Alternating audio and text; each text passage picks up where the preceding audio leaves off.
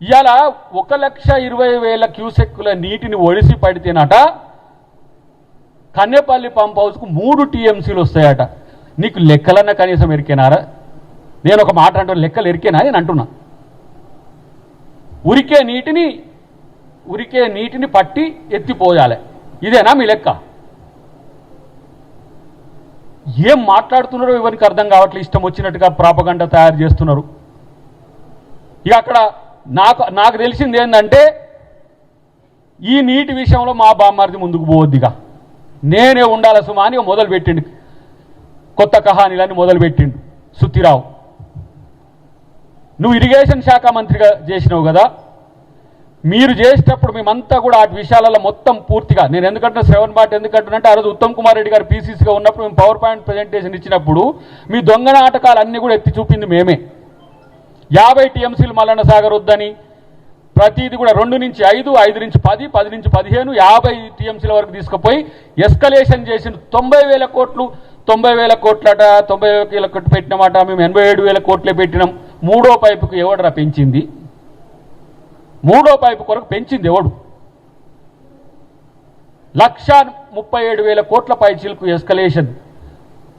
₹1 ఉంటే 3 రూపాయలు పెట్టుకొని తెచ్చిండ్రు. మోడీ కాక రాఫెల్ని కొనుక్కొచ్చినట్టు. ఆడ రూపాయికే వస్తుంది రా అంటే 3 వేసుకో, 3 రూపాయలు అని. ఇట్లాంటి దొంగలు మీరు మాట్లాడే నైతిక హక్కు ఉన్నదా? ఇలా సర్వనాశనం గోదావరి మీద ప్రాజెక్టులను చేసింది బీఆర్ఎస్ పార్టీ. ఆయన బుర్ర రక్తం వాడిండి ఆయన, సప్పుడు ఇప్పుడు అబద్ధాలు ఆడుతుండ ఆయన కూడా ఇంట బండి ఆయన. మీకేమైనా తెలుసారా ఏం చేసినో? నేను నా మెదడు మొత్తం రక్తం పెట్టి చేసిన కొడకల్లారా అన్నాడు. ఇరుగా తీసుకొని చేస్తే మీకేమైనా తెలుసా నదులు ఎట్లా కడతారో ఏం చేస్తారో అని. గోదావరి నది మీద ఇంకో ప్రాజెక్టు కట్టకుండా కమిషన్ల కొరకు కక్కుర్తి పడ్డ కేసీఆర్ వల్ల వచ్చిన నష్టం ఇది. రమ్మను కేసీఆర్ని వచ్చి మాట్లాడమని దీని మీద. మీరెవరు? డిజైన్ చేసినాడు వచ్చి మాట్లాడాలి. ఎందుకు మాట్లాడతలేడు? సభకు రాడు, సమస్యకు రాడు. ఏమైనా సరే ఏదన్నా ఇంట్లో ప్రాబ్లం వస్తే వస్తాడు. ఏదన్నా ఉంటే ఇంట్లో వండుకుంటానికి నీకు ప్రతిపక్ష నాయకుడు ఇచ్చిందా? ఇట్లాంటి పనికిరాని వాళ్ళను నాయకులను చేసి ముందడ పెట్టి వీళ్ళకి మాట్లాడని చెప్పడానికి వచ్చిందా? స్థాయిలు ఎంచే కాడికి వచ్చిండ్రు. ముఖ్యమంత్రితో పోలిస్తే నీ బతుకెంత? హరీష్ రావు నీ బతుకెంత?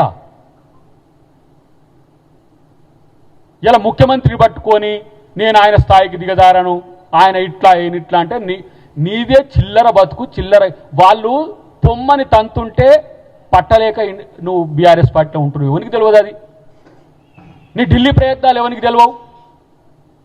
నీటి మీద నిజంగానే మాట్లాడే పరిస్థితి వస్తే నీకు దమ్ముంటే నీ మామను తీసుకొని అసెంబ్లీకి రా.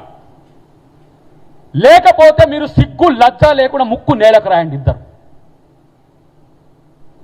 సభలో చర్చించే ఓపిక ఉండదు, సభలో చర్చించే అవకాశం ఉండదు. పనికిరాని చిల్లర మాటలు మాట్లాడకుండా తెలంగాణ రాజకీయాల్లో మీలాంటి దరిద్రులు ఉండడం వల్ల ఇవాళ ఈ సమస్య వచ్చింది.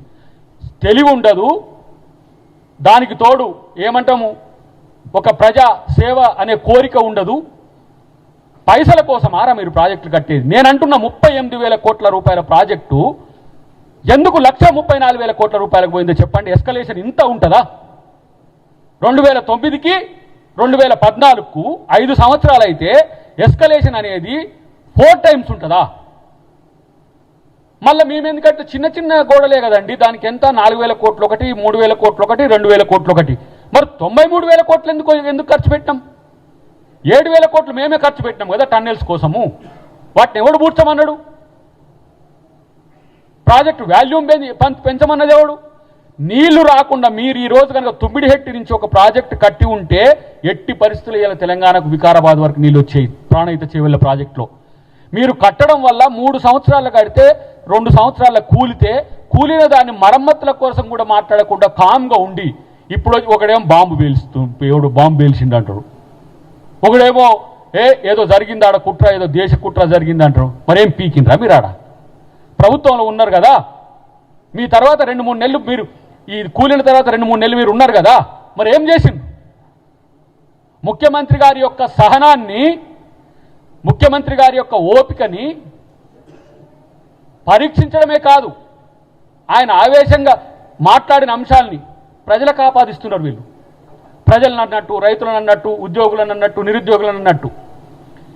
నిజంగా నేను చెప్తున్నా, నీకు 3 నెలలు ఇస్తే, ఆయనకు వారం రోజులు ఇస్తే కాదు, 1 గంట నాకు అధికారం ముఖ్యమంత్రి గారు ఇస్తే వీళ్ళందరినీ లోపల పడేస్తాను. నేను చెప్తున్నా, ఇట్లాంటి చిల్లర దొంగల్ని, వీళ్ళు బయట తిరిగే నైతిక హక్కు లేదు ఈ దొంగలకు.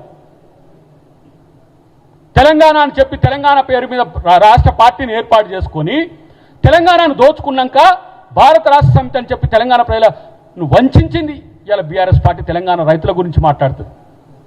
తెలంగాణ రైతులకు నేను 1,60,000 కోట్ల రూపాయలు 2 సంవత్సరాల్లో 2 బడ్జెట్లలో నేను పెట్టినానంటే మీకు అర్థం కావట్లేదు. అంటే రైతు సమాజం నుంచి వ్యతిరేకత రావాలి. ఆయన అంటాడు ఇంకా రేపు జరగబోయే పరిణామాలు హెచ్చరించడం కూడా చేత కావట్లేదు. ఏంది, రైతులు తిరగబడితే, రైతులు చేస్తే ఎన్ని రెచ్చగొడతారా మీరు? విద్యార్థుల కాడికి పోతుంటారు, రైతుల కాడికి పోతుంటారు, దాంట్లో దొంగతనంగా ఉంటుంటారు. ఇలా ఆర్టీసీ ఉద్యోగులు ఉంటే వాళ్ళని పాపం నాయకులను బెదిరించి చేస్తుంటారు, రిటైర్డ్ ఇంజనీర్లు ఉంటే వాళ్ళని బెదిరిస్తుంటారు. బ్లాక్ మెయిల్ రావని చెప్పి ఊకనే అనలే మిమ్మల్ని.